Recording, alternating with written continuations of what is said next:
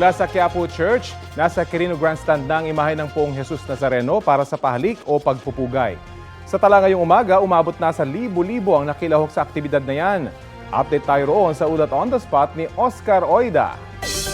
Oscar! Yes, Rafi, tuloy-tuloy nga ang dating ng mga tao dito sa Quirino Grandstand para sa nagaganap na pahalik sa Poong Jesus Nazareno. Mula sa mga bata hanggang sa mga pinakamatatanda, pumipila kahit na mainit, no? Masamantala lang ang natatanging pagkakataon na makalapit, mahawakan at makapagdasal ng personal sa Poong Jesus Nazareno. As of 9 a.m., umabot na sa halos 5,000 ang head count ng mga nagsadya dito. Di pa kasama dyan marahil ang mga nagtitinda ng mga towel, banner, kalendaryo, pati maliliit na imahe ng Poong Jesus Nazareno na abalang-abala sa paglalako para maubos ang kanilang mga paninda. Ang nasabing pahalik na binuksan sa publiko kagabi ay magpapatuloy hanggang sa Huwebes, araw ng pista ng Poong Jesus Nazareno na inaasahang dadaluhan ng milyon-milyong deboto. Paalala ng pamunuan ng Minor Basilica and National Shrine of Jesus Nazareno sa makikisa sa pahalik o pagpupugay sa Poong Jesus Nazareno, mag-sanitize bago at pagkatapos hawakan ang imahen. At imbis na literal na paghalik, inirekomenda ng simbahan ang pagpupunas na lang ng panyo o tuwalya sa krus at paa ng imahen. Rafi?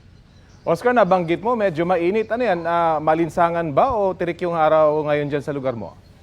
Well, kanina, Rafi, no, talagang tirik. Pero, ewan ko, parang gumanda-ganda ang panahon ngayon. Medyo kulimlim. Wag lang uulan sana. Sana ganito na lang ang sitwasyon sa buong maghapon. Pero papalit-palit nga, no, ang weather dito. At sa ngayon, medyo kulimlim naman. Kanina yung kasagsagan ng pagpila, naranasan ng mga deboto dito, yung talagang tirik na araw. Pero as of the moment, ayan, medyo gumanda-ganda at medyo kumilimlim ang panahon. Rafi? So paalala siguro ng mga pupunta dyan, magbaon pa rin ng payong kahit na mainit yung inyong pupuntahan dahil nabanggit mo nga, pabago-bago yung panahon dyan sa Quirino Grandstand, Oscar.